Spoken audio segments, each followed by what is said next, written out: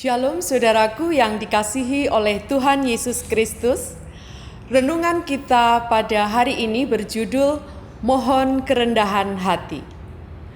Orang-orang yang rendah hati disebutkan berkali-kali di dalam Alkitab, dan hidup mereka jauh lebih baik daripada orang-orang yang tinggi hati. Mengapa? Karena ganjaran kerendahan hati dan takut akan Tuhan adalah kekayaan, kehormatan, dan kehidupan.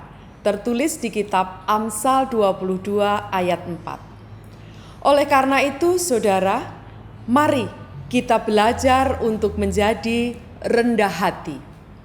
Saudaraku yang dikasihi oleh Tuhan Yesus Kristus, rendah hati, kelemah lembutan, dan pengendalian diri berasal dari bahasa Yunani yang sama, taipenos, yang berarti melihat orang lain lebih tinggi dari dirinya sendiri. Artinya, orang-orang yang rendah hati menganggap bahwa dirinya tidak lebih baik dari orang lain. Jadi, orang yang rendah hati tidak menganggap dirinya lebih benar dari orang lain dan juga lebih pintar dari orang lain. Salah satu cirinya adalah mau mendengarkan pendapat orang lain, mau menerima saran, kritik yang berasal dari orang lain. Hal itu bertolak belakang dengan kesombongan atau hiperpania, yang artinya membusungkan diri dengan angkuh. Orang yang sombong berlagak dirinya lebih baik dari orang lain karena mengira dirinya lebih hebat dari yang sebenarnya.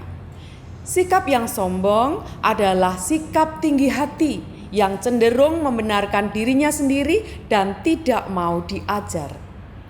Di zaman yang penuh dengan persaingan yang tidak sehat ini, kerendahan hati dianggap sebagai kelemahan mental dan ketidakmampuan untuk bersaing. Akibatnya, semua orang terdorong untuk mempertahankan egonya, terdorong untuk mengutamakan dirinya, dan membuat orang lain berada pada posisi terpinggirkan, dinomorduakan, dan sering harus menahan sakit hati di dalam hidup kepahitan. Saudaraku yang dikasihi oleh Tuhan, kebanyakan orang juga menganggap bahwa mengakui kelemahan adalah mendramatisir keadaan. Mereka beranggapan pula bahwa lebih baik diam dan menjaga diri terlihat kurang daripada meminta bantuan. Tetapi ketahuilah saudara bahwa ini adalah sikap tersombong yang perlu kita hilangkan. Saudaraku yang dikasihi Tuhan, ingat bahwa yang dikehendaki Tuhan dalam hidup kita adalah kerendahan hati. Lalu pertanyaannya, bagaimana cara kita mewujudkannya di dalam kehidupan kita sehari-hari?